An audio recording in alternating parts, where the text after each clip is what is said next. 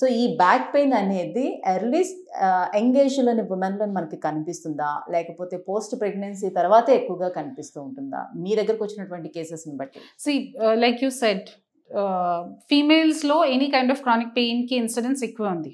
It is because of the build, it is because of the activities, and also because of the hormonal changes. Okay, జనరల్గా you see females morning నుంచి సాయంత్రం వరకు రాత్రి వరకు కంటిన్యూస్గా స్టాండింగ్లో పని చేస్తున్నారు for for their kids, husband, mother, father, in laws, whatever. Okay, చేయాలి, బయట చేయాలి.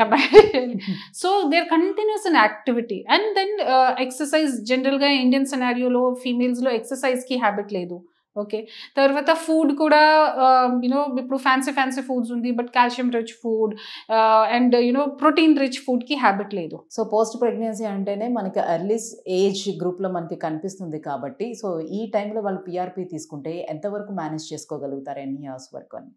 ఒకసారి వెంటనే మీరు ఐడెంటిఫై చేస్తే that what this is the problem, PRP recover చేస్తారు కదా. ఒకసారి రికవర్ అయిన తర్వాత మీ సైడ్ నుంచి స్ట్రెంథనింగ్ చేయండి, తర్వాత అయిపోయింది. ఇది లైఫ్ లో ఒకసారి అంతే సరిపోతుంది.